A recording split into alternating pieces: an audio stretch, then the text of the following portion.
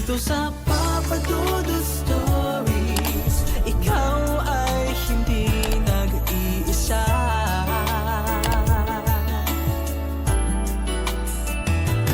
Dito sa Papa Dudut Stories, may nagmamahal sa'yo.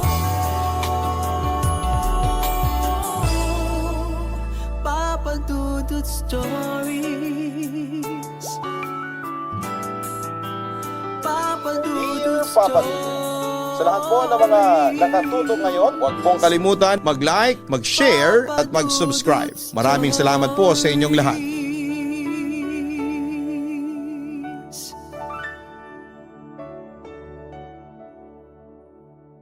Walang tao ang dapat na kumitil sa buhay ng kapwa niya tao gaano man kalaki ang kasalanang nagawa nito. Dahil ang bawat isa ay may karapatan na magbagong buhay, ikaw kapuso, naranasan mo na bang mawalan ng minamahal nang dahil sa isang makasalanang tao?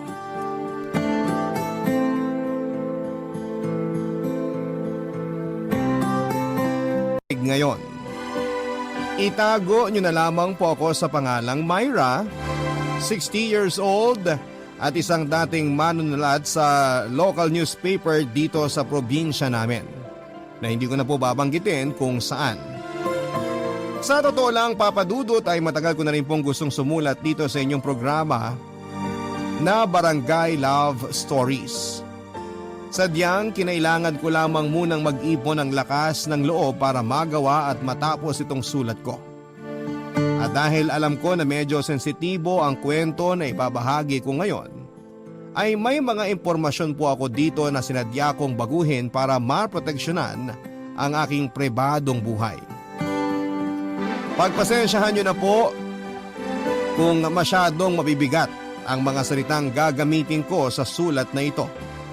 Dahil mabibigat din talaga ang mga pinagdaanan ko sa buhay ko. Papa Dudut, maaga akong nakapag-asawa at nagkaroon ng anak. Ulila na kasi ako noon sa mga magulang at ako na rin halos ang nagpaaral sa sarili ko habang nakikitira noon sa isang kamag-anak namin. Malapit na akong magtapos ng high school nang makilala ko si Martin sa isang rally sa lugar namin. Aktibo kasi ako sa mga ganong gawain, lalo na kapag may pinaglalaban tungkol sa karapatang pangtao. Marami kaming pagkakatulad ni Martin mula sa gawain, paniniwala at mga pinaglalaban na tungkol sa karapatang pantao. Kaya naman mabilis kaming nagkapalagayan ng loob at hindi nagtagal ay nagkaroon na nga kami ng relasyon. Hanggang sa mabuntis ako ni Martin nang makapagtapos ako ng high school, 17 years old pa lamang ako noon. Hindi naman siya nagdalawang isip na panagutan ako at ang ipinagbubuntis ko.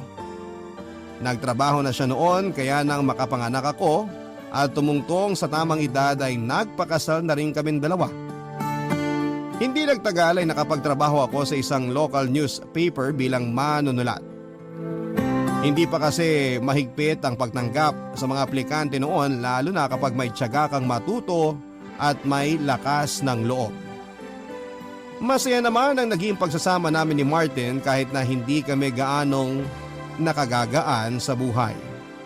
Kaya lang bago mag 3 years old ang anak naming si Kyla, ay namatay naman si Martin dahil sa isang aksidente, Papa Dudut. Sa minahan kasi siya nagtatrabaho at namatay siya noong gumuho ang kuweba kung nasaan sila na mga kasamahan niya. Nakuha naman namin at naipalibing ang katawan niya na wala ng buhay. Mula noon ay mag-isa ko nang tinaguyod ang anak kong si Kyla. Papa Dudut, napakahirap po ng lahat ng pinagdaanan ko. Napakahirap maging single parent. Pero walang hindi kakayanin basta para sa pinakamamahal kong anak, Papa Dudut.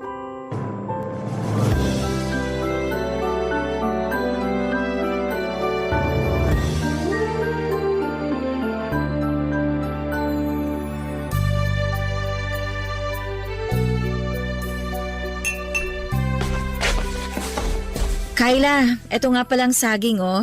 Isabay mo dyan sa inaalmusal mong oatmeal. Salamat po, Mama. Ang lakas naman pong makaanak mayaman itong almusal ko ngayon. May binigay lang kasi na isang piling ng saging yung ninang Kim mo kahapon. Tsaka magandang saging sa almusal, kaya ayan, dapat na isabay mo na dyan sa oatmeal mo. Sige po, salamat po. Bagong dyaryo ba yung hawak mo? Opo, binabasa ko po yung article na sinulat nyo. Grabe, nasa front page na naman po nitong dyaryo ang pangalan nyo, Mama. Ayaw pa rin kasi nilang tanggalin ng death penalty dito sa Pilipinas eh. Kaya hindi rin ako titigil na magsulat tungkol sa mga tao na nagpapatupad ng batas na yon. Lalo na sa mga taong patuloy na nagpapatibay sa batas ng parusang kamatayan. Mama, hindi po ba kayo natatakot? Oo bakit naman ako matatakot? Kasi 'di ba, noong nakaraang buwan lang po, may tumawag sa telepono natin, tapos ako yung nakasagot. At pinasabi niya na iparating ko raw sa inyo na tumigil na kayo sa ginagawa niyong pagsusulat laban sa matataas na opisyal ng gobyerno.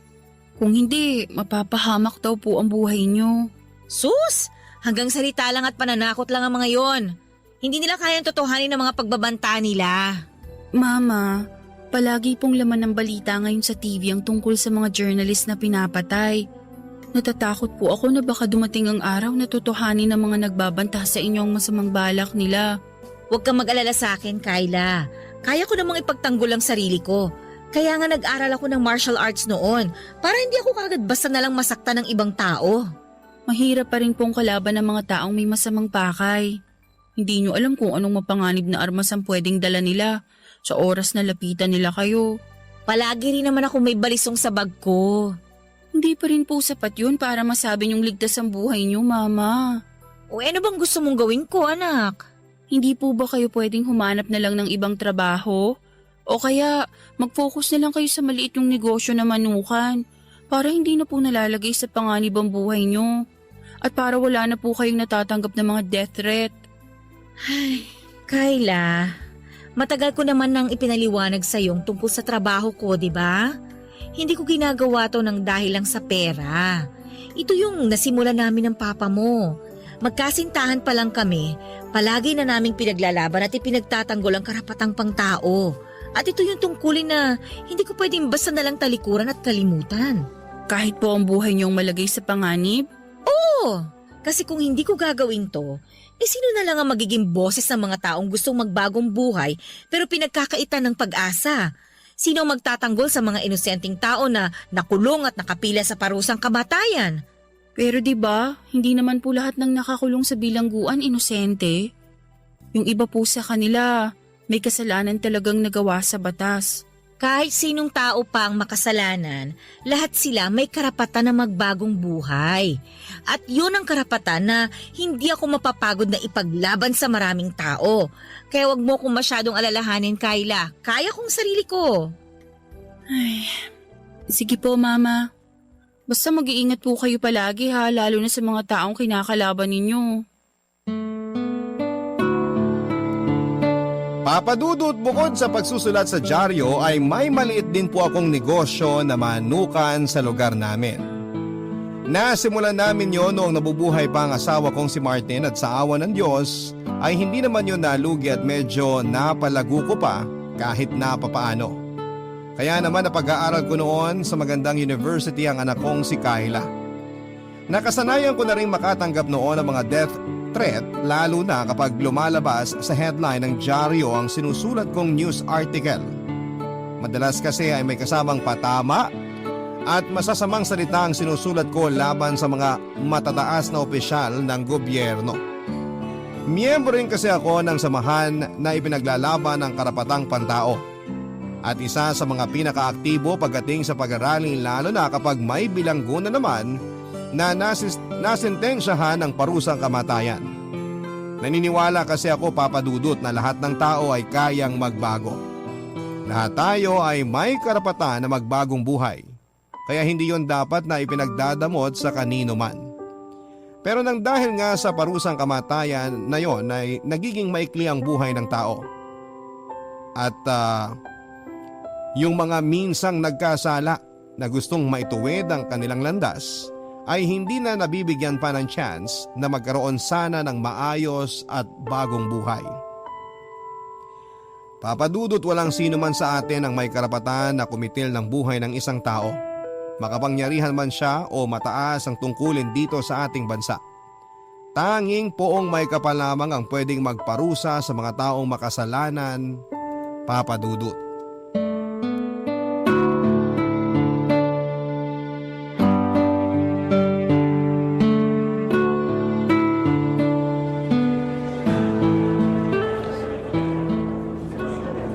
Uy, Myra! Buti naabutan pa kita dito sa kantin. Pasabay akong kumain. Sige lang, Kim. Kakasimula ko lang din namang kumain. Akala ko talaga mag-isa na akong kakain dito sa kantin. Kasi ang dami ko pang inedit dun sa article na sinulat ko.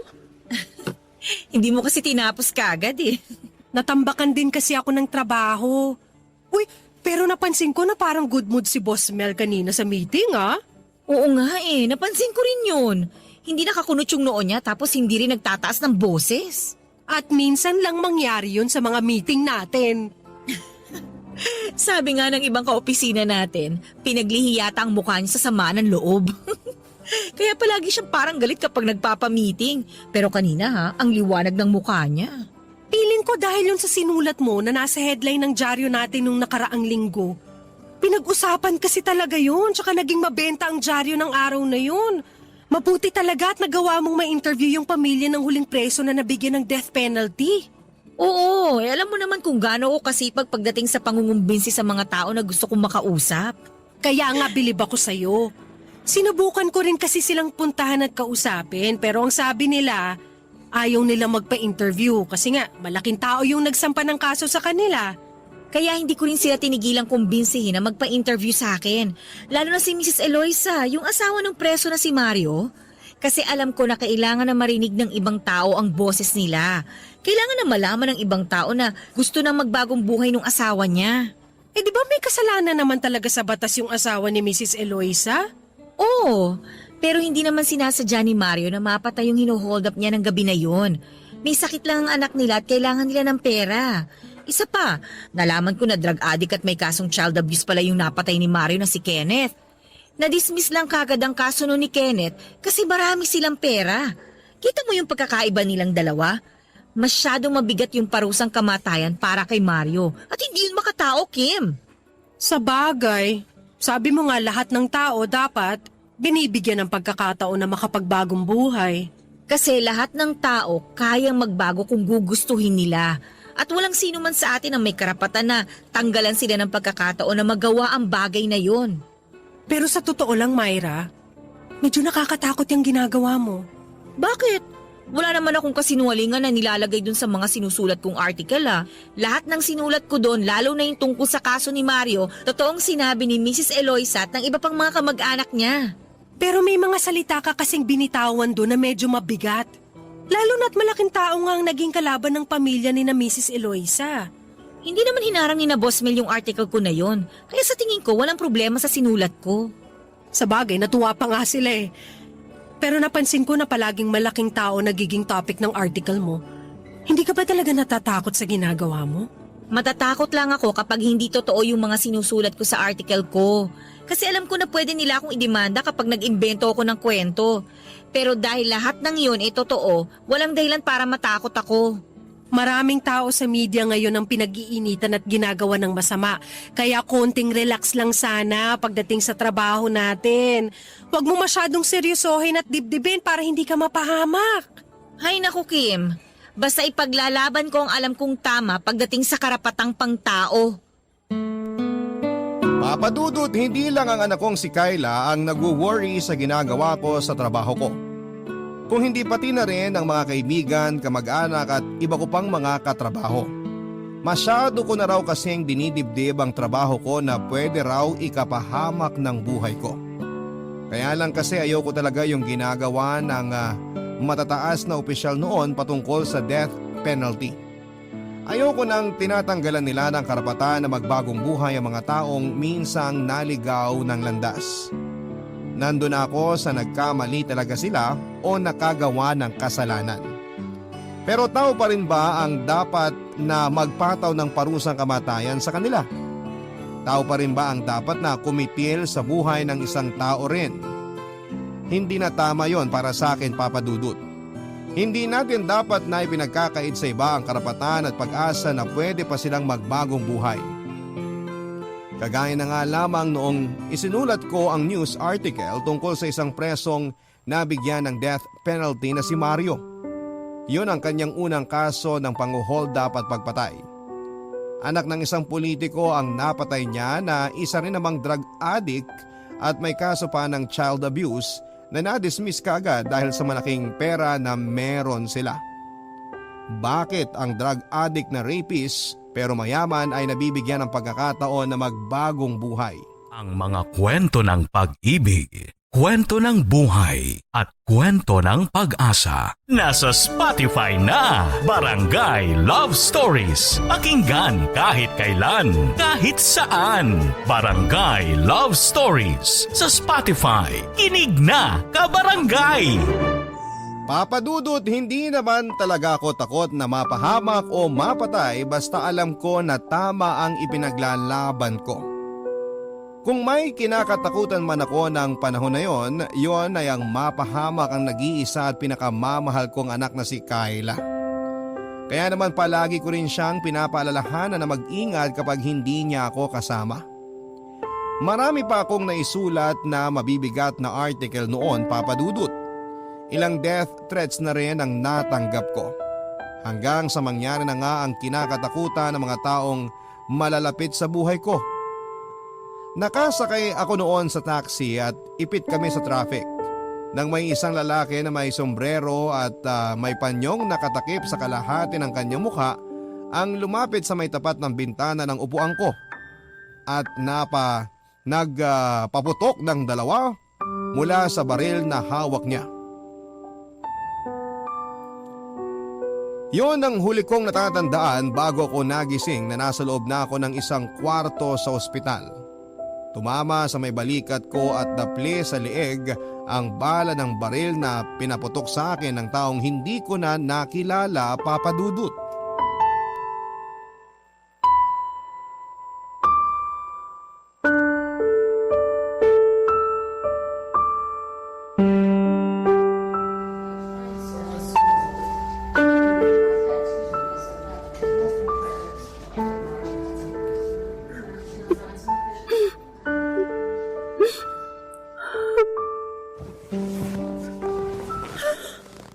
Mama, mabuti po at nagising na kayo. Oh, bakit ka umiiyak? Mama naman eh. Alam niyo naman po kung bakit. Buhay pa naman ako, kaya walang dahilan para umiyak ka dyan. Buong gabi po kasi kayong walang malay. Akala ko po talaga hindi na kayo magigising kahit pa sinabi ng doktor na stable na ang lagay ninyo. Bago lang yata kasi yung tao na nabayaran para barilin ako, kaya ayun, hindi ako masyadong napuruhan. Mama naman, ginagawa pang birong nangyari. Ano pong hindi napuruhan nandito kayo ngayon sa ospital? Pinapagaan ko lang naman ang loob mo, anak. Kasi alam ko na sobra kang nag-aalala sa akin. Kita mo nga yung mga mata mo, oh. Sobra nang namumugto sa kaiiyak mo. Kasi natakot po talaga ako nang may tumawag sa bahay at sabihin na nandito kayo sa ospital. Doon pa lang po, alam ko nang may nangyaring hindi maganda sa inyo. Tapos, hindi kaagad ako pinapasok ng doktor nung ginagamot nila kayo. Nakita ko na duguan kayo at pikit ang mga mata ninyo. Mama, akala ko po talaga. Akala ko po mawawala na kayo sa akin. Naku, ayan. Umiiyak ka na naman, anak. Naiiyak na rin tuloy ako dito. Aray ko. Mama, bakit po? Bigla kasing kumirot itong sugat ko. Yayakapin sana kita eh. Huwag na po muna kayo masyadong kumilos. Hahawakan ko na lang po tong kamay ninyo. Ay, mabuti pa nga dahil bumibigat talaga ang dibdib ko kapag nakikita kitang umiiyak ng ganyan. Sorry po, Mama. Alam ko po na ayaw niyo talagang nakikita na umiiyak ako. Kaya ang sabi ko sa sarili ko, hindi na ako iiyak kapag pumasok ako dito sa kwarto niyo. Kaya lang, hindi ko po talaga mapigilan ang mga luha ko. Kasi sobrang natakot po ako na mawala kayo sa akin. Sa totoo lang, natakot din naman ako eh. Natakot ako na mamatay dahil ayokong maramdaman mo na nag-iisa ka na lang sa mundo. Kayo na lang po kasi ang meron ako, Mama. Lumaki ako nang wala na si Papa sa tabi ko at nakasanayan ko na po yun.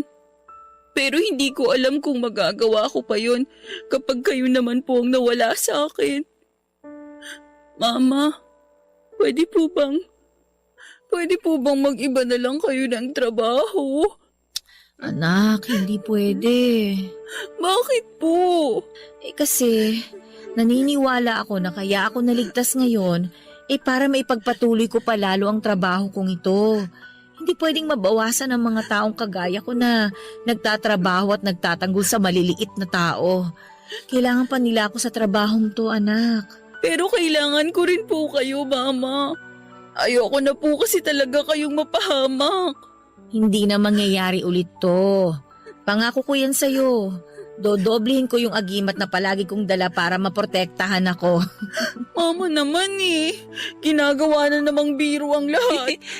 Para lang tumigil ka na sa pag-iyak mo. Sige ka, papangit ka sa ginagawa mo na yan. Mama, hindi na po magbabago ang itsura ko. Kamukha ko po talaga si Papa.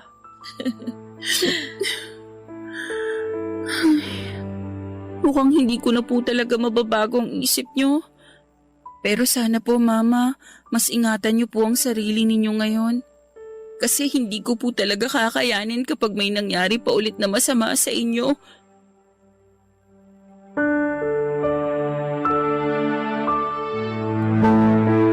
Papa Dudut, handa na rin talaga akong mamatay noon nang pinaglalaban ang paniniwala at prinsipyo ko. Pero alam ko na hindi pa handa si Kyla na maiwang nag-iisa sa buhay. Wala naman kasi kami halos sa malapit na kamag-anak sa lugar na tinitirhan namin. Kaya sa kanya talaga ako mas nagwo-worry sa oras na may masamang mangyari sa akin noon. Ganon pa man ay hindi rin ako umalis sa trabaho ko sa kabila ng makailang ulit na pakiusap sa akin ni Kyla. Kahit pa totoong nalagay na sa bingit ng kamatayan ng buhay ko. Hindi po yun sapat na dahilan para bitawan ko ang trabaho ko. Isa pa ay naniniwala talaga ako noon na kaya hindi kaagad ako kinuha ng Diyos. Nang mga panahon na yon ay para ipagpatuloy ko ang tungkulin ko bilang totoong alagad ng media.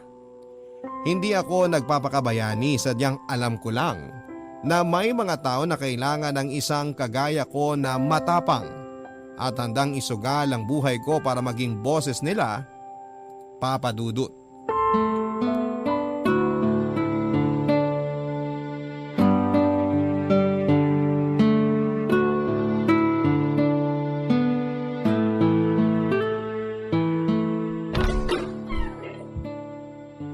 Mama, dahan-dahan lang po sa paglalakad. Kumapit lang po kayo sa braso ko. Oo, Kyla. Pero kaya ko namang maglakad. Hindi mo na ako kailangang alalayan pa. Baka lang po kasi ma-out of balance na naman kayo, kagaya nung nasa ospital tayo. Muntik na kayong matumba kanina. Mabuti na lang po at nahawakan kayo ng isang nurse bago pa kayo sumubsob sa sahig. May nakakalat kasing basahan dun sa sahig kaya muntik na akong madulas eh. Pinagalitan ko nga yung isang nurse na naglagay nun kasi yun pa yata yung makakadisgrasya sa akin eh. Natakot nga po yung nurse nung sigawan ninyo siya kanina eh. Kasi naman, kababaeng tao, ang burara sa gamit sa loob ng ospital. Alam na niyang maglalakad ako, doon pa talaga nilagay sa gitna ng daan yung basahan. Ayan na naman po kayo, Mama. Umiinit na naman po ang ulo ninyo. Eto po, aalalayan ko na kayong makaupo dito sa sofa. Dahan-dahan lang po. Yan. Ay, salamat anak ha. Grabe, ang liit lang nitong bahay natin pero parang napagod ako bigla sa paglalakad. Kasi nga po, masakit pa ang katawan nyo, lalo na yung sugat ninyo. Oh, Tao ang po! aga naman ang bisita natin na kumakatok sa pinto. Kayla? Parang boses po yun ni Ninang Kim, Mama. Puntahan ko lang po siya, ah.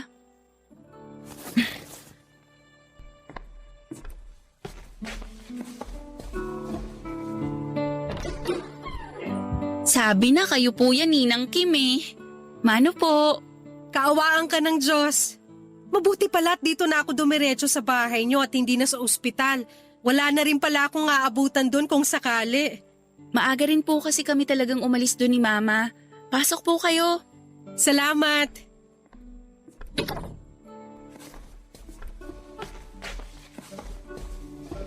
Mama, magtitimpla lang po ako ng kape para sa inyo ni Ninang Kim. Maiwan ko po muna kayo dito sa sala, ha. Salamat anak ha. Oh, Myra! Nakakatuwa naman at mukhang malakas ka na ulit. Ganun talaga kapag may agimat na palaging dala. Yun pa rin ba yung agimat na binigay sa atin nung matandang na-interview natin? Tungkol sa pagkamatay ng anak niya? Oo, yun nga.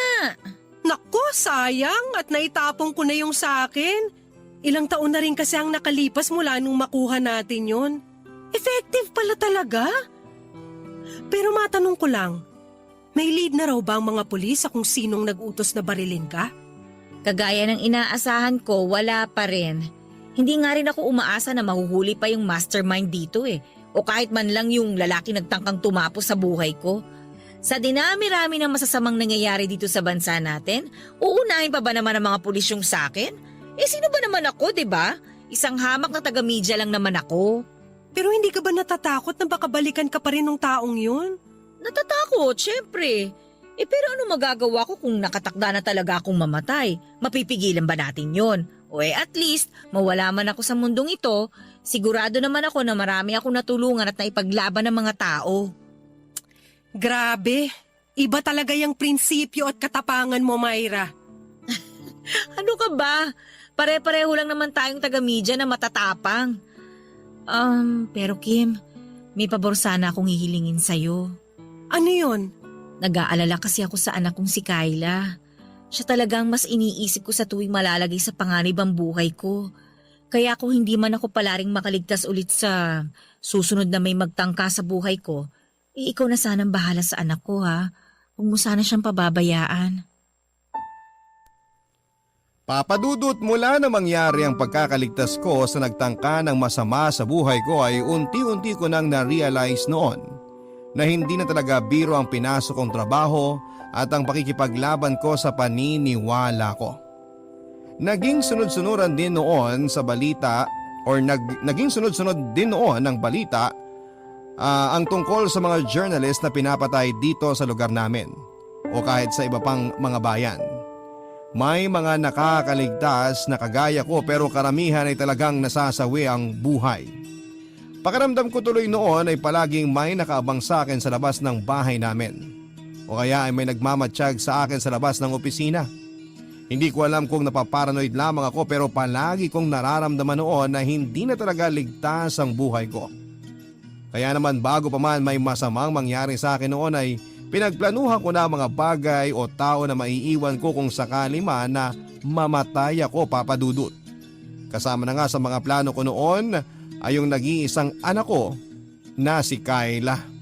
Ang mga kwento ng pag-ibig, kwento ng buhay at kwento ng pag-asa. Nasa Spotify na, Barangay Love Stories. Pakinggan kahit kailan, kahit saan.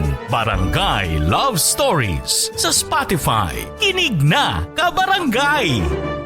Sa totoo lang, Papadudut, ay hindi naman talaga ako naniniwala sa mga agi-agimat na yan. Hindi rin totoo yung sinasabi ko na palagi kong dala yung agimat o kwintas na bato na ibinigay sa amin ni Kim noong isang matanda. Hindi ko na nga rin alam kung saan ko naitago yon sa loob ng bahay namin ng mga oras na yon.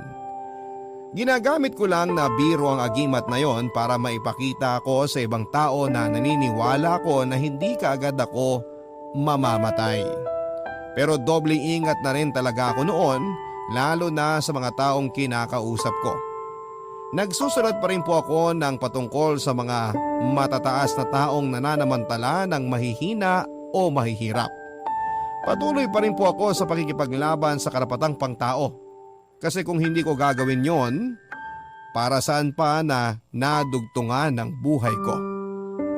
Palagi rin akong alerto sa paligid ko at sa mga taong nakapaligid sa akin. Handa ako na muling ipaglaban ang buhay ko. At hindi ko alam noon na hindi lang ako ang pwedeng mapahamak ng dahil sa masasamang tao sa paligid, Papa Dudut.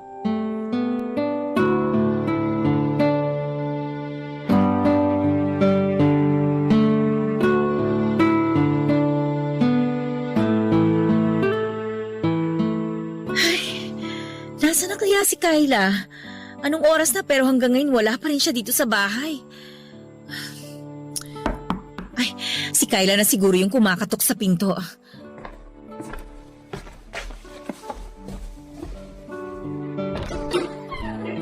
Hi, Myra! Oh, ikaw pala yan, Kim. Alika, tuloy ka. Salamat. Kasi hindi ka pumunta sa bahay kanina para sa birthday party ng anak ko. Hinintay pa naman kita. Kaya pinuntahan na kita. Pasensya na ha, nawala rin sa isip ko eh. Okay lang. Ito may dala akong minudo tsaka pansit para sa inyo ni Kyla. Salamat. Dito ko na lang muna ilalagay sa maliit na lamesa ha. Bakit parang balisa ka? Ha? Hindi naman. Hindi raw, pero hindi na maipintay ang mukha mo. Panay pa ang tingin mo sa rilong suot mo. Ano ba nangyari? Eh si Kyla kasi wala pa rin dito sa bahay hanggang ngayon. Ha? Wala pa siya rito? Akala ko maaga lang siyang natulog, kaya mag-isa ka lang rito sa sala niyo. Ayun na nga pasado 8:30 na pero hindi pa rin siya nakakauwi. Baka naman nasa school pa yon at may tinatapos pa na klase. Alam ko ang oras ng klase ni Kyla. Hanggang 6:00 lang ng gabi ang pinaka-late tapos ng klase niya. Baka may ginagawa silang school project kasama ng ibang kaklase niya. Kahit anong school project pa yon, hindi siya magpapaabot ng ganito kalalim na gabi sa labas ng bahay. At kung mangyari man yon, gagawain ng paraan para makatawag sa telepono namin dito. Hindi pa naman masyadong malalim ang gabi, Myra. Huwag ka na masyadong mag-alala. Baka pauwi na rin ang anak mo. Ewan ko ba, Kim? Iba kasi yung kabang nararamdaman ko ngayon. Ayoko mag-isip ng masama pero natatakot talaga ako Huwag ka masyadong magpadala sa mga naiisip mo. Makakauwi ng maayos ang anak mo kaya relax ka lang dyan. Nagri-ring na ang telepono nyo. Sigurado ko na si Kyla na yung tumatawag. Ay sige, sandali lang ha, sasagutin ko. Hello, Kyla? Hello, ma'am. Good evening po. Si Mrs. Myra po bang kausap ko ngayon? Oo, ako nga ito. Bakit? Sino to? Mrs., si Sargento Cervantes po to dito sa police station. Napatawag po ako tungkol sa anak nyo na si Kyla. Nakuha ko po ang impormasyon nyo sa ID na nasa loob ng bag ng anak nyo. Bakit? Ano nangyari sa kanya? Mrs., mabuti pa po siguro kung pumunta na lang kayo sa address ng morgue na ibibigay ko sa inyo. Ha? Morgue? Bakit siya nandun? Nasa school lang yung anak ko Baka nagkakamali lang kayo ng tinatawagan. Mrs., pumunta na lang po kayo sa address na ibibigay ko sa inyo para magkaliwanagan po tayo. Hindi! Sabihin mo kung ano nangyari sa anak ko! Nasaan ba siya? Ipakausap mo siya sa akin! Gusto ko makausap yung anak ko! Nasaan si Kyla? Ay, wag po sana kayong mabibigla. Pero wala na po ang anak nyo, Mrs. Nakita po siya na wala ng buhay sa isang bakanteng lote.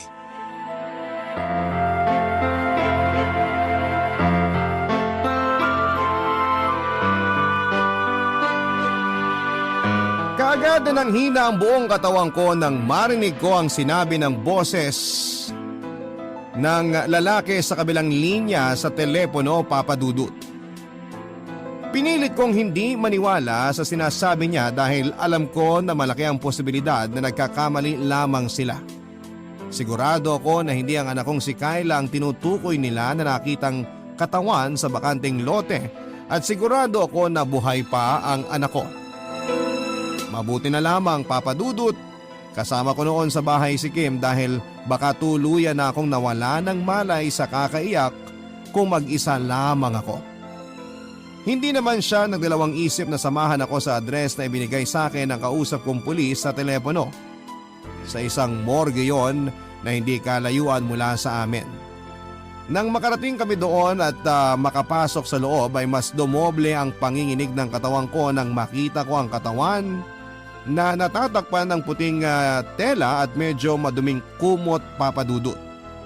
Sa sukat pa lamang ng katawan na yon ay hindi na ako pwedeng magkamali. Pero nananalangin pa rin ako noon na sana'y hindi talaga si Kyla ang nagmamay-ari ng katawan na yon.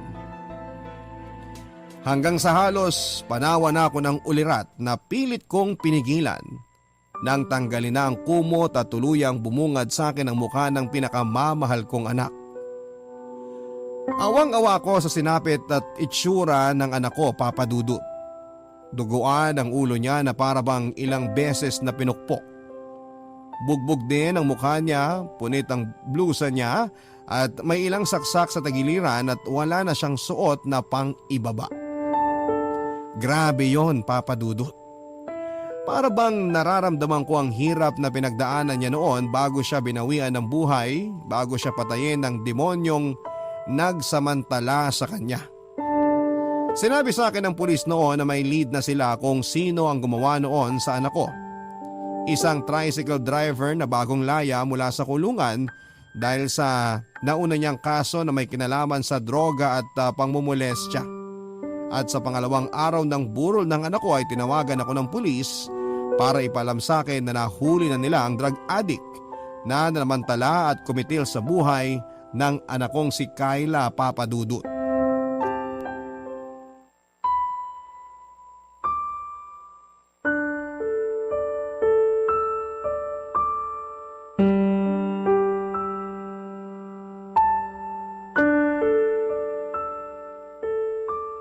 Kim, salamat sa pagsama mo ulit sa akin dito sa presinto, ha? Wala yun. Siyempre hindi ko naman nahahayaan na mag-isa ka lang dito ngayon. Mabuti na nga lang at napakiusapan ko yung pinsan mo na mag-asikaso muna doon sa burol ni Kyla. Kaya nga eh. Pupunta pa naman daw mamaya sa bahay niyo mga kaklase ni Kyla para makiramay. Sigurado naman ako na maaabutan pa natin ang mga batang yun pagbalik natin sa bahay. Oo, kasi ang alam ko nag-aalala din sila sa'yo. Pero Myra, sigurado ka ba na kaya mo na siyang harapin ngayon? Oo, kaya ko. May ibang araw pa naman na pwede mo makilalang suspect na yun. Hindi na ako maghihintay pa ng ibang araw. Pero pwede naman nating ipagpaliban na lang muna to para kahit paano... Hindi na kailangan, Kim. Kakayanin ko to. O sige, basta nandito lang ako sa likod mo.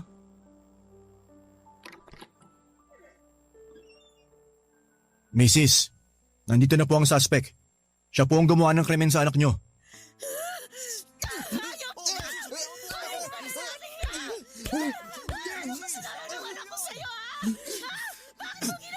Tama na yun! Pasensya na po, ma'am. Pasensya? Pasensya kasi pinagsamantalahan at pinatay mo ang anak ko! Alam mo ba kung ilang taon pa lang siya? 17! 17 years old pa lang anak ko pero binaboy at pinatay mo siya! Pinatay mo ang anak ko! Hayop ka! Ma'am, pasensya na po talaga. Pero wala po ako sa sarili ko nung gawin ko ang bagay na yun. Wala sa sarili pero ilang beses mong sinaksak ang anak ko! Hindi ka ba nakontento? Pinukpok mo pa ng bato ang ulo niya! Tao ka ba talaga, ha? O demonyo ka na sumabi sa katawan na yan! Ma'am, pasensya na po talaga. Pinagsisisihan ko na po ang nagawa ko sa anak niyo. Patawarin niyo po sana ako. Kapag ba pinatawad kita ngayon, mabubuhay pa ang anak ko! Ha? May babalik mo pa ba ang buhay ng anak ko? Ha? Sabihin mo sa akin! Sabihin mo sa akin, demonyo ka!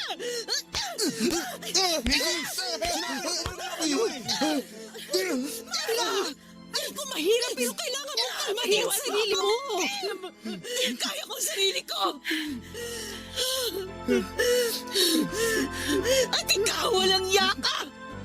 Alam mo ba kung anong trabaho ko, ha? Manunulat ako sa dyaryo! At isinusulat ko ang lahat ng tungkol sa inyo mga kriminal kayo! Pinagtatanggol ko kayo! Ipinaglalaban ko ang karapatan ninyo para makapagbagong buhay! Handa akong ialay ang buhay ko para sa inyo! Tapos ito lang igaganti niyo sa akin? Ha? Bakit? Bakit hindi na lang ako? Bakit kailangan ako pa? Bakit? Matapad po talaga, ma'am. Patawarin niyo po ako. Hindi! Hindi kita mapapatawad kahit kailan! Ang dapat sa'yo, mamatay! Dapat mamatay ka na! Dapat mamatay lahat kayo mga kriminal dito sa mundo! Mamatay na kayo lahat! Mamatay na kayo! Mamatay na kayo! Mamatay na kayo!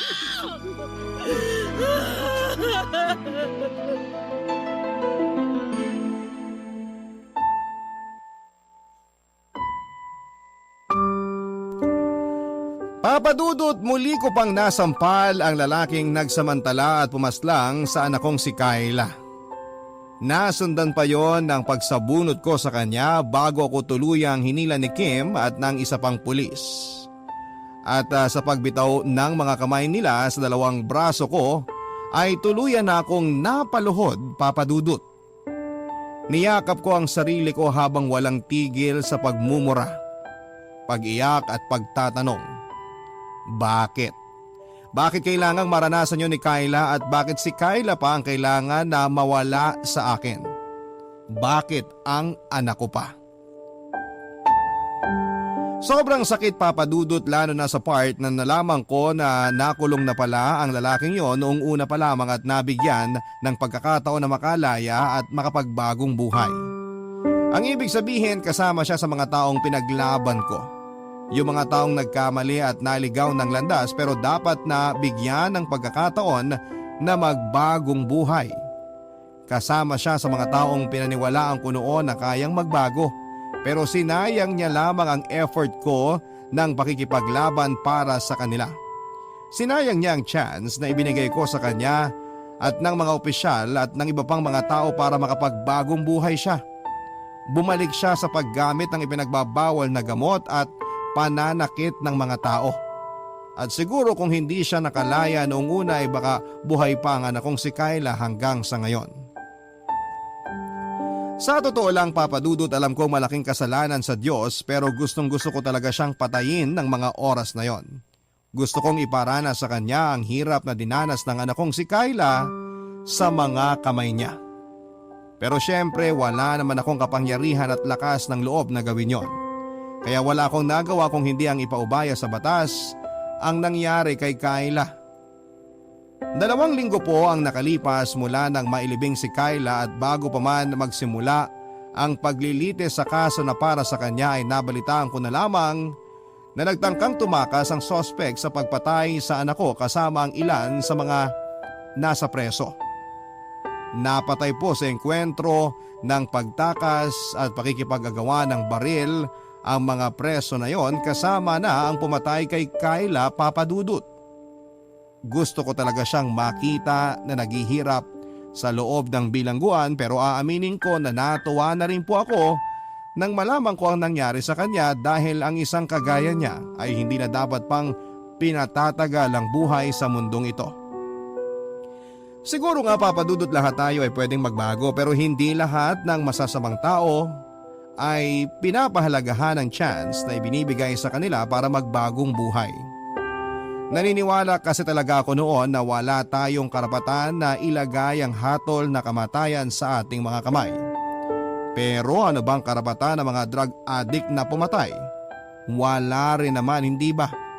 Kaya hindi nyo siguro ako masisisi kung naising ko man na sana ay mawala na sa mundong ito ang lahat ng mga taong gumagamit o nagbebenta ng ipinagbabawal na gamot. At mawala na sana ang mga taong patuloy na gumagawa ng krimen, karahasan at kasamaan. Mula noon ay hindi na ako bumalik pa sa pagsusulat sa dyaryo. Pinanghinaan ako ng loob at nawala na ako ng gana na magsulat.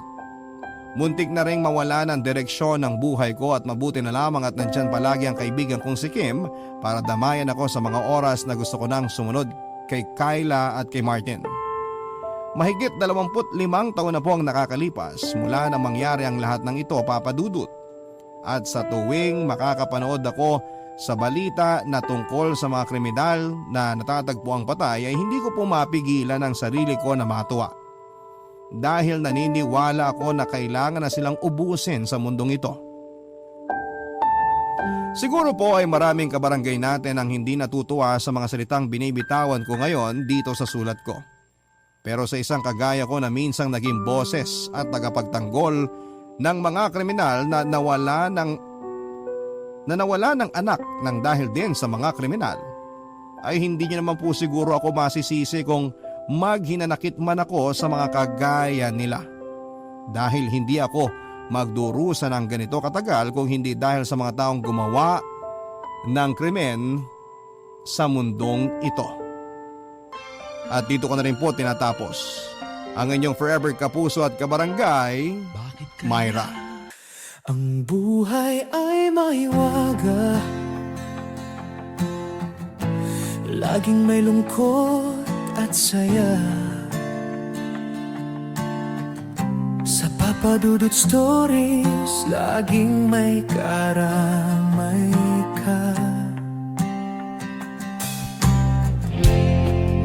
Mga problemang kaibigan, dito ay pakikinggan ka. Sa Papa Dudut Stories, kami ay iyong kasama. Dito sa Papa Dudut Stories, ikaw ay hindi nag-iisa.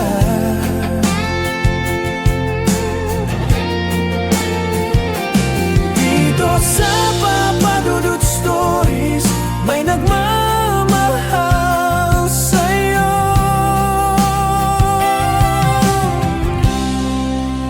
Papa Dudut Stories,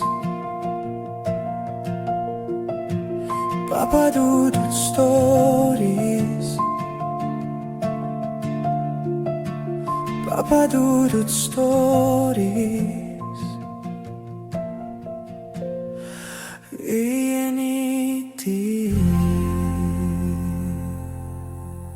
Dito sa Papa Dudut Stories, ikaw ay hindi nag-iisa.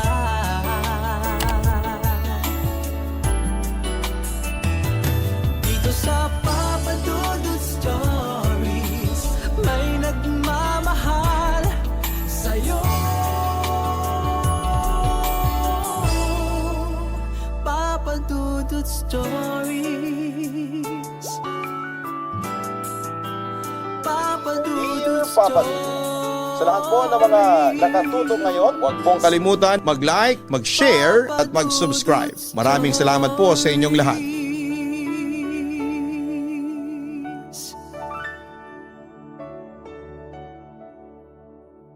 Dear Papa Dudut, lahat naman siguro tayo ay naghahangad ng isang maayos at masayang pamilya. Yun bang kahit hindi perpekto pero merong pagmamahalan at pagkakaunawaan sa loob ng tahanan. Mahalaga yon sapagkat sa pamilya nagsisimulang hubugin ang karakter at pagkatao ng isang bata na siguradong dadalhin niya hanggang sa kanyang pagtanda. Bago ko simulang ibahagi ang aking storya ay nais ko munang magpakilala sa inyo, Papa Dudut. Ako si Isaiah, 36 years old at isang digital arts and graphic designer.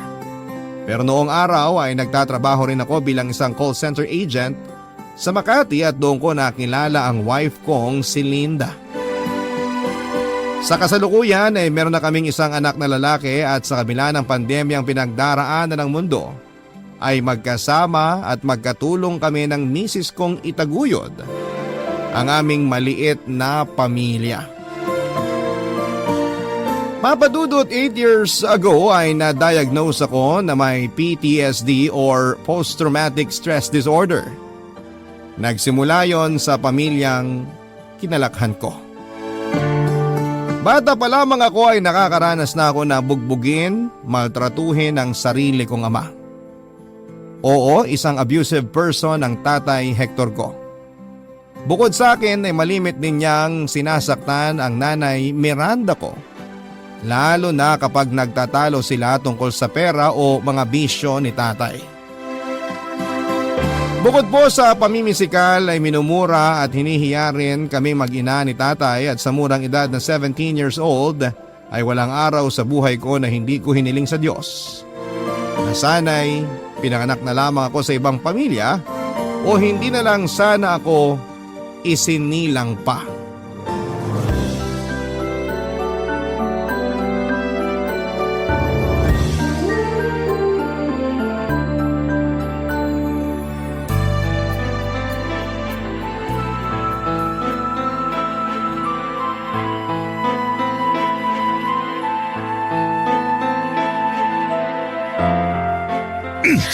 Diba? Sinabi ko sawang-sawa na ako sa tuyo at kamatis. Bakit yan na naman ang hinain mo, lintik ka? Mahal, yan lang kasi ang kasya sa pera natin eh. Sinungaling! Anong ibig mo sabihin na yan na lang ang kasya sa pera natin? Di ba binigyan kita ng pera para may pambili tayo ng masarap na ulam? Binigyan mo nga ako ng pera, pero nung nakaraang linggo pa yun. At saka, magkano lang naman yung binigay mo, kaya wag mo ako hanapan ng masarap na ulam. Kapal na mukha mo! Hindi ka na nga marunong mag-budget. Sumasagot ka ba? Wala akong pake. Dapat lang yan sa'yo. Itong tatandaan mo, ha? Sa susunod na aabutan kita ng pera, responsibilidad mong pagkasyahin yun. Wala akong pakialam kung anong magic ang gagawin mo. Basta pagkasyahin mo. Naiintindihan mo? Pinagkasya ko naman, pero ano magagawa ko kung kulang nga? Sumasagot ka ba, lintik ka, ha? Tay! Nay! Ba't kayo nasa sahig? Aba! Nandito na palang isa pang palamunin. Isaya, anak! Doon ka na sa kwarto natin! Nay! Halika po! Aalalayan ko po kayong tumayo. Tay! Bakit po ba sinasaktan niyo na naman si nanay? Ikaw inutil ka. Wag na wag mo akong kukwestiyonin. Lalo mo lang pinapainit ang ulo ko. Halika nga rito. Tay! Lakas ng lolo, pagtaasan ako ng boses, tarantado ka! Bitawan niyo po! Manang-mana Tay, ka sa nanay mo, nasasaktan po makapalang ako! mukha! Buisit kayong dalawa! Mga walang silbi! Anak! Ayos ka lang ba? Hector, parang awa mo na! Huwag mo saktan ang anak ko! Ako na lang! Huwag mo nang idamay ang anak natin! Sabihin mo kasi dyan sa anak mong pakailamero na huwag nakikialam! Sa susunod, mas tatamaan na talaga sa akin yan para madala! Pareho kayong palamunin! Wala na kayong ginawang maayos, mga inutil kayo! Makabili na nga lang ng makakain! Yung masarap! Hindi tulad nitong niluto mo para basura! Weh! Umalis ka nga dyan! Paharang-harang kang ulupong ka!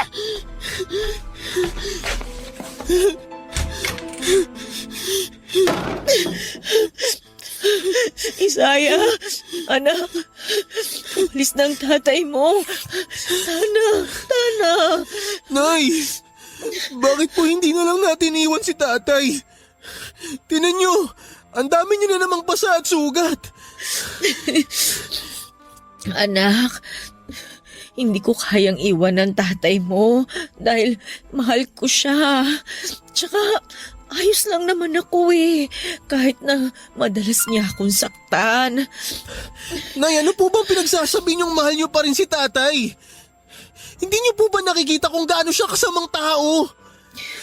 Anak, hindi totoong masama ang tatay mo.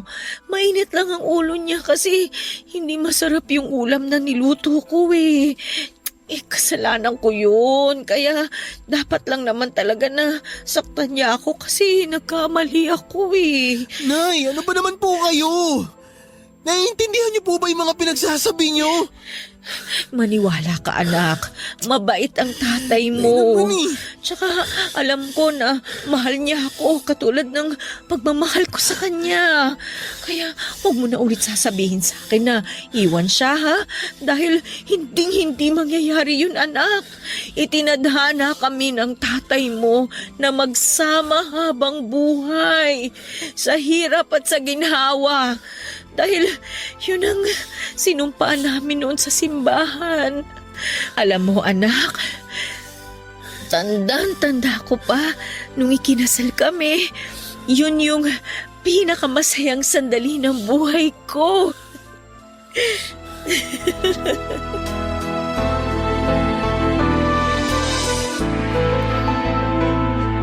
Ang ganong uri ng pagmamaltrato ni tatay ay kinalakihan ko na nga, Papa Dudut. Maraming beses ko na rin namang ginusto na umalis sa amin para takasan ang kamay na bakal ng sarili kong ama, subalit ayoko namang iwanan ang aking nanay, Papa Dudut. At dahil hindi rin naman niya kayang iwan noon si tatay dahil sa bulag niyang pagmamahal, para dito ay ako naman ang nagsasakripisyo. Papa Dudut, habang nagbibinata ako ay nagsimula ko na rin kamuhian ng nanay ko.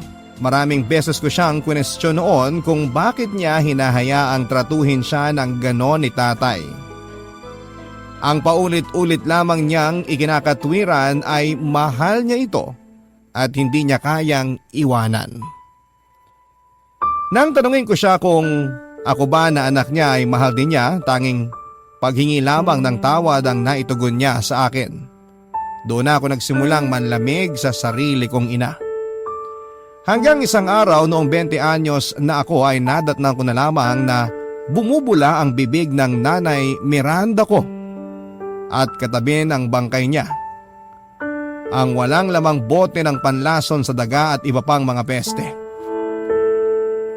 Halos gumuho ang mundo ko sa pagpapakamatay ni nanay, Papa Dudut, subalit may bahagi sa puso ko na lalo lamang namuhi sa kanya dahil sa pag-aabandona niya sa akin sa piling ng mapang-abuso kong tatay.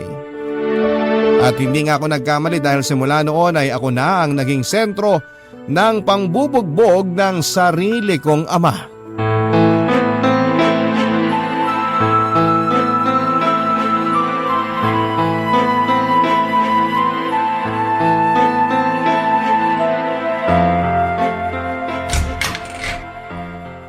Isaya!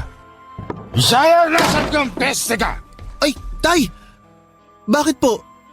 Teka, lasing na naman po ba kayo? Ang lakas ng loob mong questionin ako Eh ano kayo kung lasing ako, ha? Ha? Ay, aray! Ha? Tay! Ano po bang ginawa ko? Ba't niyo ako pinatukan? Kasalanan mo yung intrimitido ka. Ang mga tatay, hindi dapat kinukistyon ng inutil na anak na katulad mo. Naiintindihan mo? Saka sandali. Bakit bigla mo itinago yung hawak mo kanina pagpasok ko dito sa bahay? Ate ka, no? Nagsasabo ka ba? Tay, hindi ko po magagawa yun. Oh, bakit bigla mo nga tinago? Yung totoo, anong ginagawa mo? Siguro bumabata kang hayop ka. Nagbabasa lang po ako ng libro bago kayo dumating, tay. Anong bumabata kang pinagsasabi nyo? Sus! Masyado ka nawiwili sa pagbabasa ng mga walang kakwenta-kwenta. Nasaan na pala yung sinahod mo sa pagkakargador? Akin na! Kailangan ko ng pera. Yun pong binigay ko sa inyo nung isang araw, tay. Yun na po lahat yun. Ano? Hindi mo ako malolo kung pulpul ka. Alam ko may naitatabig ang pera. Nakita ko nung minsan may isinusuksok ka dito sa aparador malapit sa lababo. Umalis ka nga dyan! Ipapakita ko sa'yo kung saan mo tinatago yung pera mo. Tay, teka sandali. Wala po akong tinatagong pera. Anong wala? Ay, dito lang yun Nasaan na ba yun? Ano to? Uy, ang daming laman Napakabobo mo kasi. Bakit dito ka nagtatago ng pera? Siyempre makikita ko to. Tanga! Tay! Akin na po yan! Akin yan iniipon ko yan! Akin na to ngayon. Tay, parang awa nyo na po. Huwag nyo pong kunin yan. Iniipon ko po yan para makabili ko ng second hand na computer Ay, masyado ka namang ambisyoso. Barya lang naman tong pera mo, paano ka makakabili ng ganon? Tsaka hindi kayang intindihin ng utak mong gamonggo yung mga computer na yan. Ibibili ko na lang to ng alak para may pakinabang ka naman. Tay! Huwag nyo naman papakialaman yan. Akin po yan Akin na yan! Ano ba kayo? Mo! Makulit ka Akin tayo na po yan! tarantado ka, ha? Ano? Ha? Aray! Tay, tama na mo! Sa susunod kasi, huwag mo na akong kinokontrang gago ka. Gusto mo pa kasi nasasaktan ka. O paano? Mauna na ako ha? Salamat pala rito sa ipon mo. Pag kailangan mo ako, nandun lang ako sa bar ni paring Pancho. Ang sama niyo! Napakademonyo niyo! Ano ka mo? Yan ang dapat sa'yo, buwisit ka! Masyado kang maraming sinasabi! Ikaw ang demonyo, tanga! Salot ka sa buhay ko! High school lamang ang natapos ko noon dahil sa kahirapan, Papa Dudut. Hindi kasi sapat ang perang kinikita ni tatay sa pagtatrabaho sa construction kaya hindi na ako noon nakatungtong pa sa kolehiyo. Samantalang bukod sa paminsan-minsang pagtitinda ng mga kakanin ay taong bahay lang din ang nanay ko noong nabubuhay pa ito. At matapos ngang mawala ni nanay ay mas lalong naging maliit ang mundo para sa amin ni tatay. Papadudot kahit naman sino ay hindi papangarapin ang buhay na meron ako ng mga panahong yon. Ako po mismo kulang na lang ay isumpa ang pamilyang kinalakhan ko. Bago pa ako tuluyang masiraan ng ulo o matulad sa tatay ko ay nag-decide na akong isakatuparan ang matagal ko ng plano simula ng pagbuhatan niya ako ng kamay. Katwiran ko noon ay wala na si nanay. Wala na rin dahilan para manatili pa ako sa bahay namin at tiisin ang masamang ugali ni tatay.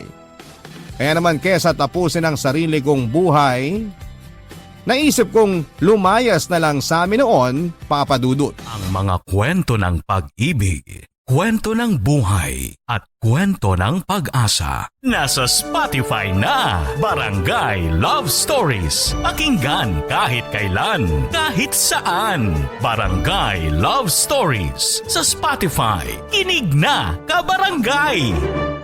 Matapos kong lumayas sa bahay namin noon, nakala ko ay mapapariwara na ako. Ilang buwan din kasi akong natulog sa kalsada bago may isang mabuting tao na nagmanasakit sa akin at tinulungan ako makapasok sa isang shelter. Sa naturang shelter na yon ay pinag-aral ako ng mga kurso na pwede kong magamit para ako ay makapaghanap ng trabaho. At mas nag-focus ako noon sa mga training nila na may kinalaman sa pag-call center. Hindi nga nagtagal sa aking pagsisikap at paggabay ng mga taong nakilala ko na may malasakit ay tuluyan na nga akong nakapagtrabaho noon sa isang malaking call center company sa Makati. Papa Dudut, sino mag-aakala na noon pa lang pala magsisimula ang pinakamasayang sandali ng buhay ko. Matapos ko ngang piliing takasan ang masalimuot kong nakaraan, kaya ang sarap isipin na meron pa palang buhay sa labas ng mapang-abuso naming tahanan.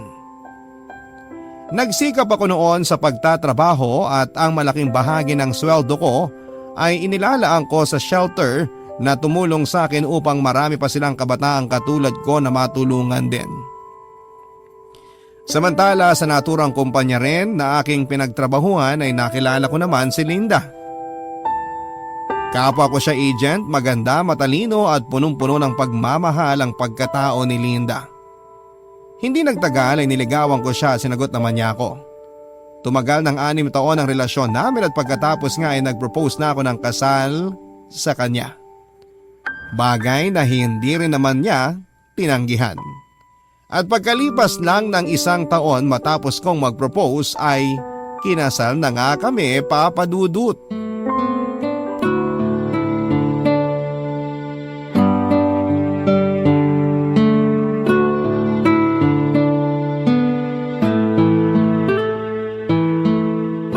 Sige ate.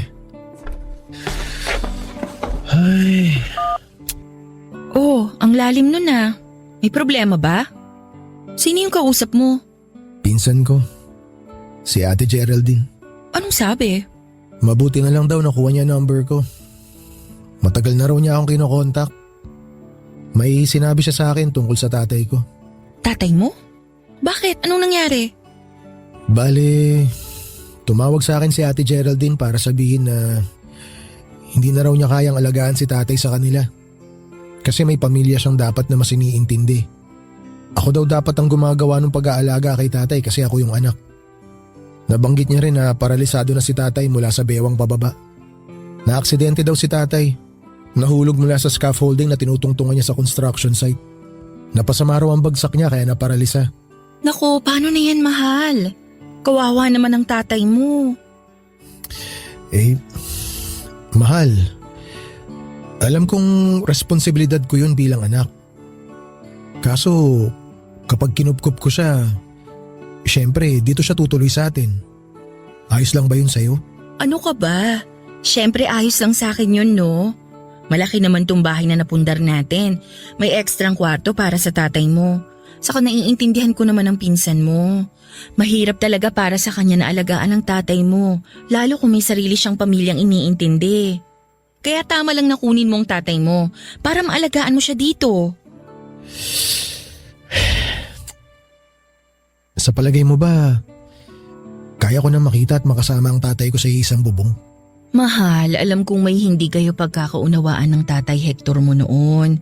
Kaya ka nga umalis sa puter niya, diba? Pero tatay mo pa rin siya eh. Kung may tao mang dapat na tumitingin at nag-aalaga sa kanya ngayong may sakit siya, ikaw dapat yun, mahal. Bilang mga anak, responsibilidad nating alagaan ang mga magulang natin sa pagtanda nila. Sa bagay, tama ka, mahal. Kung ano man yung hindi namin pagkakaunawaan ni tatay noon, nakaraan na yun. Tsaka masaya na ako ngayon. Ayoko rin naman na habang buhay galit ako sa kanya. Noon pa man alam ko ng mabuting tao ka. Mapagpatawad at mapagkalinga sa kapwa. Kaya nga ako na in love sa'yo noon eh. Pinola mo pa ako. Pero mahal, maraming salamat ha. Kasi lagi ka nandyan sa tabi ko para pagaanin ang mga sitwasyon. Hindi ko talaga alam ang gagawin ko kung wala ka. Pinagpala talaga ako na ikaw ang naging misis ko. Naku, tigilan na nga natin tong bulahan portion na to. Marami pa tayong dapat gawin at asikasuhin para sa pagdating ni Tatay Hector. Pero mahal, handa ka na ba? Oo, mahal. Handa na ako makita at makasama ulit si tatay.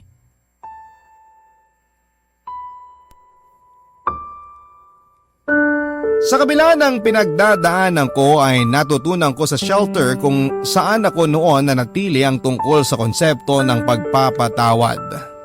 Lalong-lalo na sa mga tao na nagkasala sa akin sa nakaraan.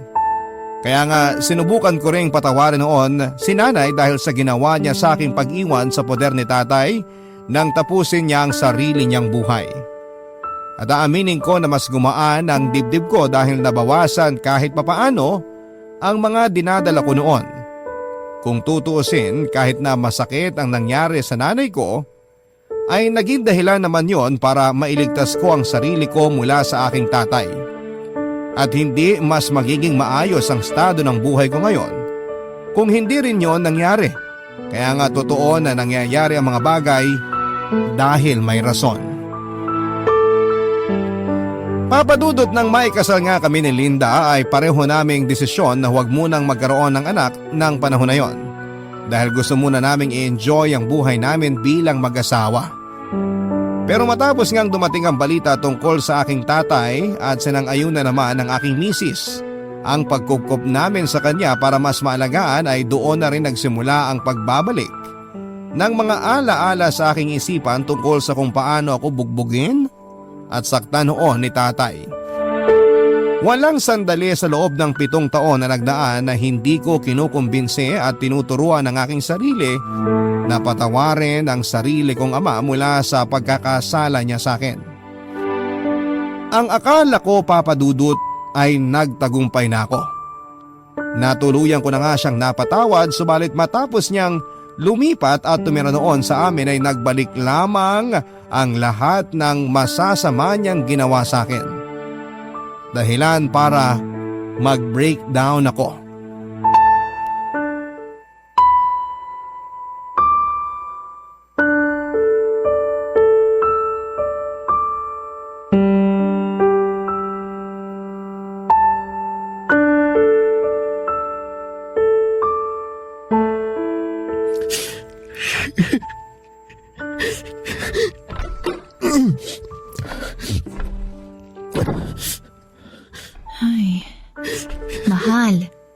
pa ba babangon?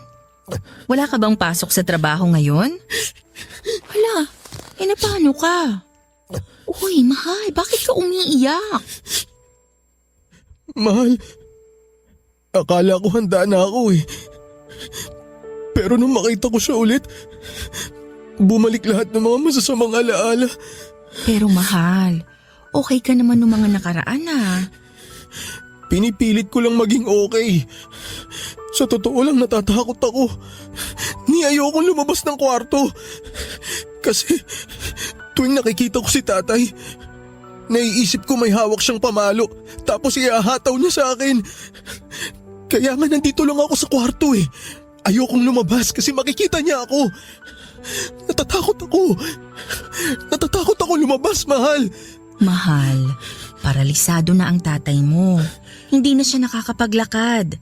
Kaya imposible na masaktan ka pa niya ulit. Ha? Anong hindi niya ako masasaktan? Anong paralisado? Mahal, hindi totoo yan. Hindi siya paralisado. Malakas pa sa kalabaw ang tatay ko, mahal. Maniwala ka sa akin. Dati nga, sinusuntok niya si nanay sa mukha eh. Kaya pumuputok at dumudugo ang uso ng nanay ko. Tapos, alam mo ba, tuwing sinasabunutan niya ako, parang mabubunot yung buhok ko sa anit, mahal. Kaya nga sinasabi ko sa'yo, malakas ang tatay ko. Hindi siya paralisado, nagpapanggap lang siya, mahal. Kaya ayoko lumabas ng kwarto kasi sasaktan niya ako. Mahal, yan ba ang tunay na dahilan kung bakit umalis ka noon sa puder ng tatay mo? Kasi sinasaktan niya kayo ng nanay mo? Oh, kumalma ka lang, mahal. Takot na takot ka. Nanginginig ang mga kamay mo. Pasensya ka na, mahal ha. Takot na takot lang talaga kasi ako eh. Akala ko hindi lang kayo nagkakaintindihan ng tatay mo kaya ka umalis sa inyo. Ngayon ko lang narinig na sinasaktan ka pala niya. Bakit hindi mo kunwento sa akin na ganyan pala ang nangyari sa inyo? Akala ko kasi talaga okay na ako. Pero bigla na lang bumalik lahat ng mga pinagdaanan ko sa kanya noon. Sinubukan ko namang pigilan tong nararamdaman ko simula nung kinupkup natin siya eh. Kaso hindi ko kaya. Hindi ko kinaya. Mahal, hindi ka na masasaktan pa ng tatay mo. Dahil hindi na siya nakakakilos dun sa higaan niya. Alam ko na mahirap ang pinagdaanan mo noon. Pero wala ka nang dapat katakutan sa ngayon. Ang totoo niyan, lalo nga akong humanga sa'yo. Dahil sa kabila ng lahat, inaalagaan mo pa rin ang tatay mo. Akala ko nagawa ko ng patawarin si tatay. Pero mali ako, mahal. Maling-mali ako. Nung makita ko ulit yung mukha niya, naramdaman ko lahat yung mga latay ng bawat palo niya sa akin noon. Naramdaman ko ulit lahat ng mga suntok at tadyak niya sa akin. Pati yung mga malalakas na pag-iyak ng nanay ko, mahal. Naririnig ko ulit. Sa sobrang lakas, nakakabingi. Binabalikan ako ng mga bangungot ko na akala ko natakasan ko na. Huminahon ka lang, mahal. Di ba sinabi ko na sa'yo na hindi mo na kailangang matakot? Kasi hindi ka na niya masasaktan. Hindi ka na mag-isa ngayon, mahal. Kasama mo na ako. Ipinapangako ko, hinding-hindi ka na masasaktan ng tatay mo. Paano ba may pagmamalaki ng isang batang lumaki sa mapang-abusong pamilya ang sarili niyang mga magulang? Yan ang dahilan ko noon kaya mas pinili kong huwag magbahagi ng aking nakaraan sa ibang tao. Bukod doon ay tinanim ko na rin sa isipan ko na patay na ang dating ako at gusto ko nang magkaroon ng panibago at maayos na pagkatao na malayo sa pananakit at pagmamaltrato. Yun din ang dahilan kaya hindi ko idinetali kay Linda ang lahat tungkol sa pinagdaanan ko sa tatay ko. At dahil likas na mapagkalinga ang aking may bahay, ay hinayaan lamang niya ako noong umiyak sa piling niya habang yakap-yakap. Ipinangako niya sa akin na hinding-hindi na ako masasaktan ng sarili kong ama. Dahil bukod sa paralisado na ito at wala ng silbi ay kasama ko siya at lagi lang daw siya sa aking tabi. Kaya wala na raw akong dapat nakatakutan pa, Papa Dudut. Kaya lang, akala ko ay makukumbinsi ako ng mga salitang yon ni Linda. Subalit lumipas sa mga araw na nakikita ko ang tatay ko ay mas lalo lamang lumalala ang nangyayari sa akin. Hindi ako mapanatag, Papa Dudut. Balisa din ako at palaging natatakot. Mas lumala din ang hallucinations ko at pag-worry na baka anumang sandali ay maulit na naman ang pananakit sa akin ng tatay ko. Doon na nga lalong nagsimulang magbago ang pagkatao ko. Ang mga kwento ng pag-ibig, kwento ng buhay at kwento ng pag-asa. Nasa Spotify na, Barangay Love Stories. Pakinggan kahit kailan, kahit saan. Barangay Love Stories sa Spotify. Kinig na, kabarangay! Kung may isang bagay na nagpapalala ng trauma ko noon sa tatay ko ay ang mismong tatay ko rin, Papa Dudut. Paralisado na nga ang kalahati ng kanyang katawan subalit matalim pa rin ang kanyang dila at mapang-insulto pa rin siya kung tumingin. Nandyan yung minsan niyang sinabi sa akin na wala pa rin akong kwentang tao sa kabila ng estado ko sa buhay. Na isa pa rin akong uhuging bata na walang alam at kung ano-ano pa. Lahat ng iyon ay binabalik-wala ko lamang dahil hanggang salita na lamang naman ang magagawa niya. Inakala ko rin kasi na immune na ako na hinding-hindi na ako maapektuhan ng mga sinasabi ng tatay ko subalit mali pala ako, Papa Dudut. Noon din ay nagdesisyon kami ni Linda na kumuha ng taong magbabantay kay tatay at iintindi sa kanya habang wala kami sa bahay. Pero hindi nagtatagal ang mga nakukuha namin dahil na rin mismo sa ugali ng tatay ko, Papa Dudut. Kaya nga kahit anong iwas ang gawin ko ay ako pa rin ang nag-aasikaso sa kanya.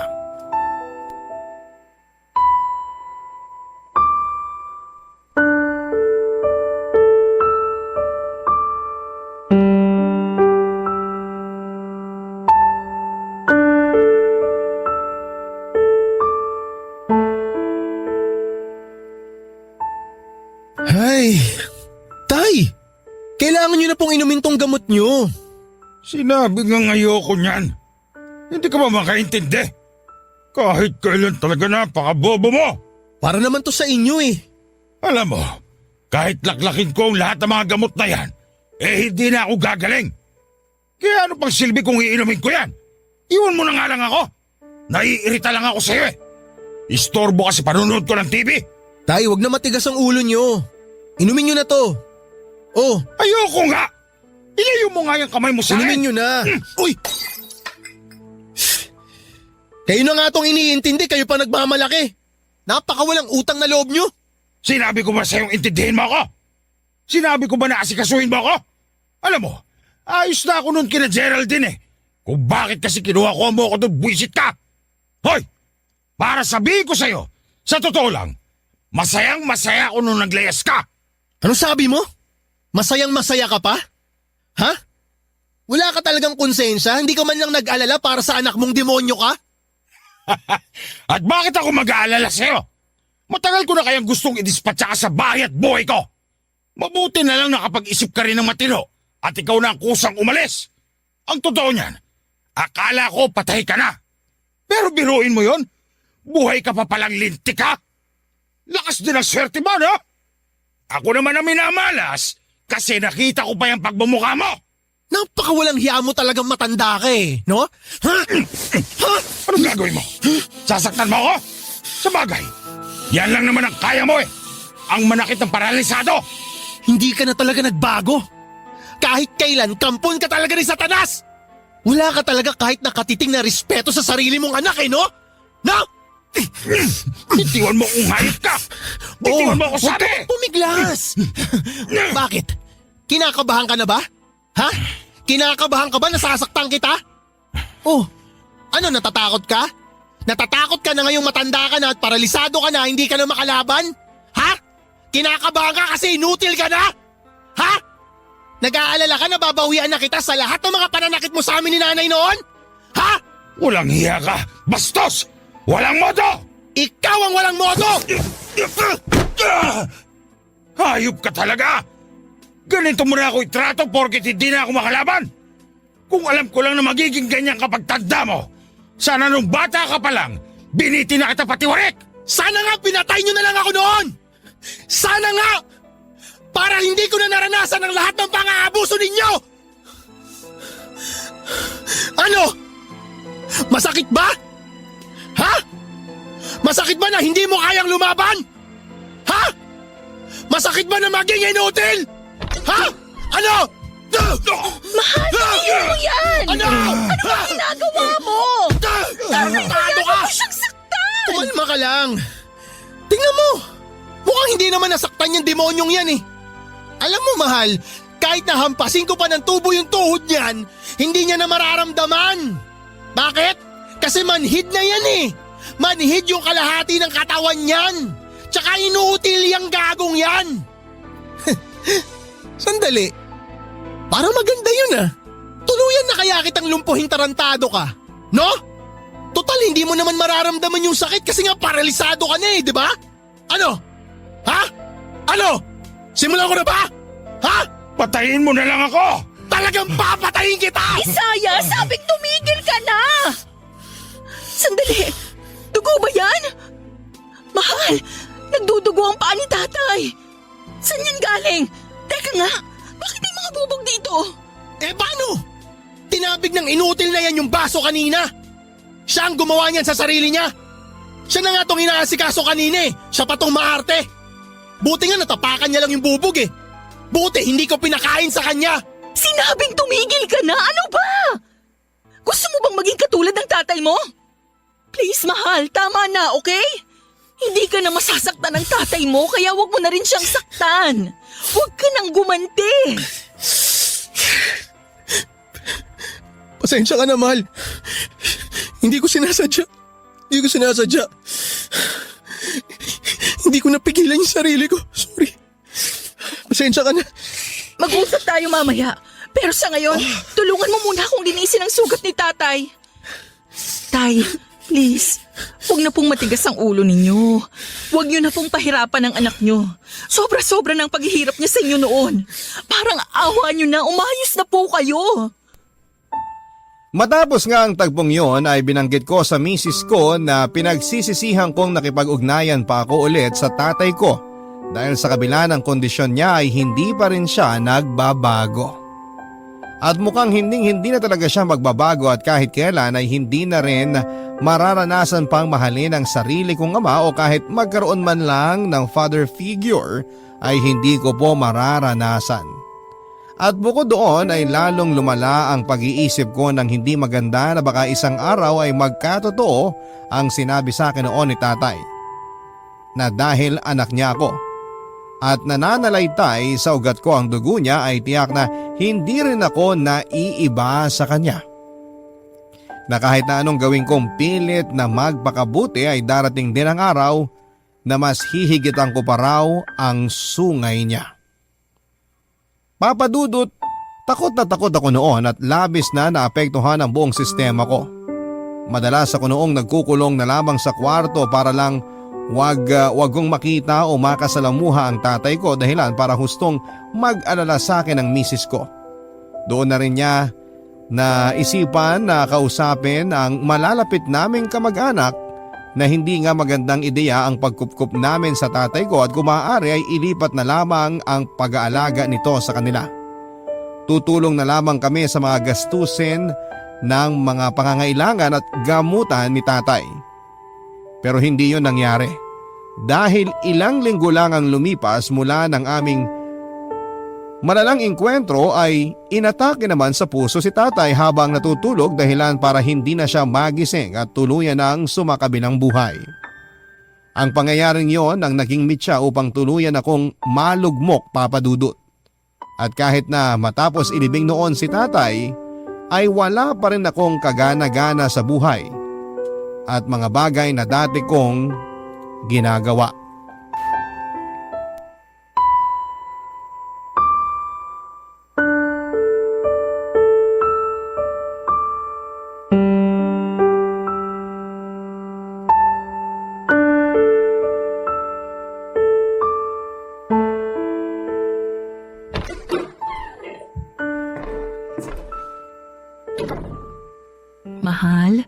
Hindi ka ba kakain?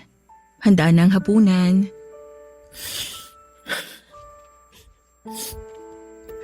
Umiiyak ka ba? Anong problema? Ha? Hindi. Ayos lang ako. Napuwing lang ako, mahal. Yan na yata ang pinakagasgas na linya na narinig ko, mahal. Maraming beses ko na yung narinig kaya hindi ako naniniwala sa'yo. Alam mo, wala talaga akong may tatago sa'yo no? Kilalang kilala mo talaga ako, mahal. Aba syempre, malakas yata ang pakiramdam naming mga babae. Lalong-lalo na kapag nambababae kayo. Oo. Bakit naman napunta dyan?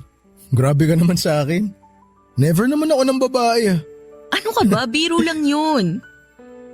Pero seryoso, may problema ba? Bakit ba kasi ang layo mo? Ay, sorry naman. Teka, tabihan kita dyan. Huhulaan ko na lang. Iniisip mo na naman ng tatay Hector mo, no? Hindi ko kasi mapigilang isipin, mahal Nung namatay kasi si tatay, akala ko mas magiging masaya na ako. Kasi sa wakas, wala na yung taong nanakit sa amin ng nanay ko noon. Kaso, mali pala ako. Masakit pa rin palang mawalan ng tatay. Hindi siya kasing sakit nung mawala yung nanay ko pero masakit pa rin. Kahit na alam kong minaltrato niya kami ng nanay ko, masakit pa rin na wala na siya. Naiintindihan kita. Normal lang naman yan dahil magulang mo pa rin yun. Kahit na anong sama niya sa'yo noon, masasaktan at masasaktan ka pa rin kapag namatay na siya. Kapag nga yung mga celebrity na hindi naman natin personal na kilala, nalulungkot tayo kapag namatay sila. Paano pa yung mga kadugo natin, 'di ba? Kaya ayos lang kung nagluluksa ka pa rin hanggang ngayon. Wala namang takdang panahon ng paghihilom at pag-move on ng isang tao. Minsan dumarating na lang yon at nangyayari ng hindi mo inaasahan. Kaya nga, mahal, nagpapasalamat ako sa'yo kasi nasa tabi kita sa mga panahong katulad nito. Hindi mo ako iniwan. Siyempre, for better or for worse nga, di ba? Pero bakit parang malungkot ka pa rin? Alam mo, mahal, may isang bagay pa kasing bumabagabag sa isip ko Yung tungkol sa huli naming engkwentro ni tatay bago siya namatay. Ang totoo niyan, natatakot ako na maging katulad niya. Yun bang mapanakit? Natatakot ako na baka isang araw mapagbuhatan din kita ng kamay, pati na yung mga magiging anak natin. Hindi kasi imposible yun dahil nakita ko sa sarili ko noon nung sinasaktan ko si tatay na para akong isang halimaw, para akong demonyo. Nung mga pagkakataon na yun, naging katulad niya ako, mahal. Ayokong magkaganon. Ayokong maging katulad niya. Ayokong iwan mo ako. Ayokong ipamana sa mga anak natin yung ganong klase ng buhay. Katulad nung pamanang iniwan sa akin ng mga magulang ko. Mahal, alam mong hindi mangyayari yon dahil magkaibang tao kayo ng tatay mo. Hindi porke iisang dugo na nananalaytay sa ugat ninyo, magiging katulad mo na siya. Makinig ka sa akin, Isaya. Hinding-hindi mangyayari ang kinatatakutan mo dahil tutulungan kita. Alam ko na imposible kung ako lang kaya sana pumayag kang magpa-counseling. Hayaan mong tulungan ka rin at gabayan ka ng mga eksperto para tuluyang maghilom yung trauma mo. Huwag ka mag-alala. Hindi kita iiwan tulad ng kinatatakutan mo.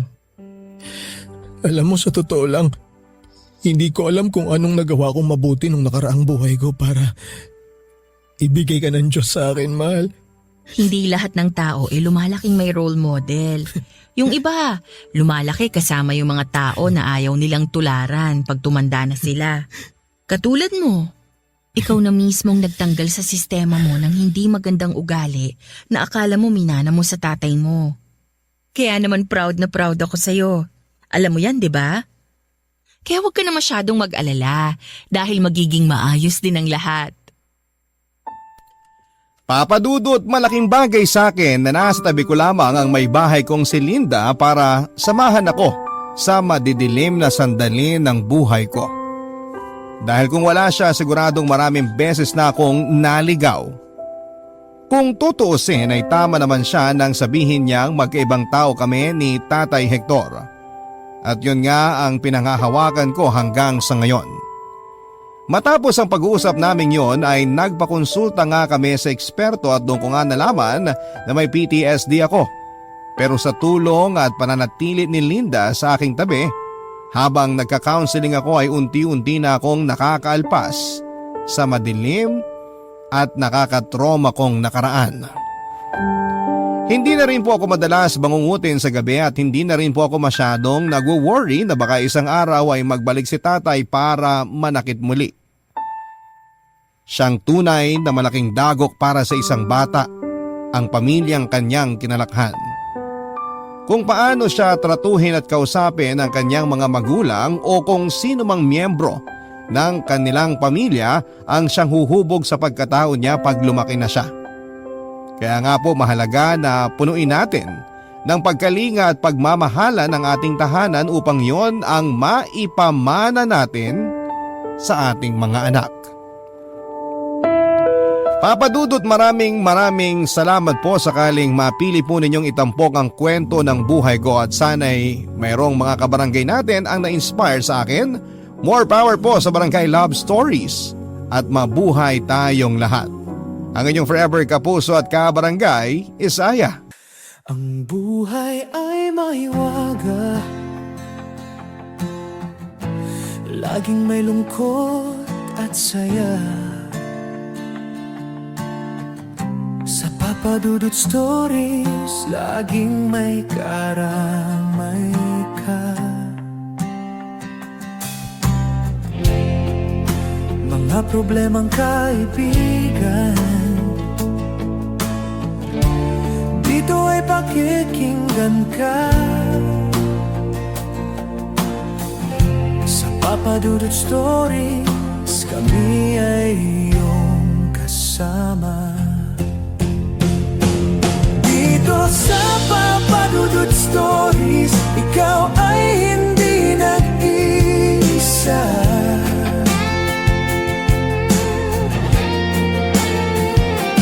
Dito sa Papadudot Stories, may nagmamahal sa'yo.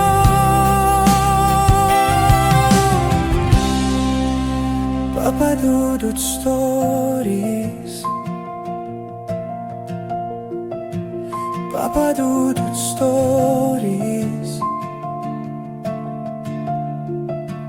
Papadudot Stories.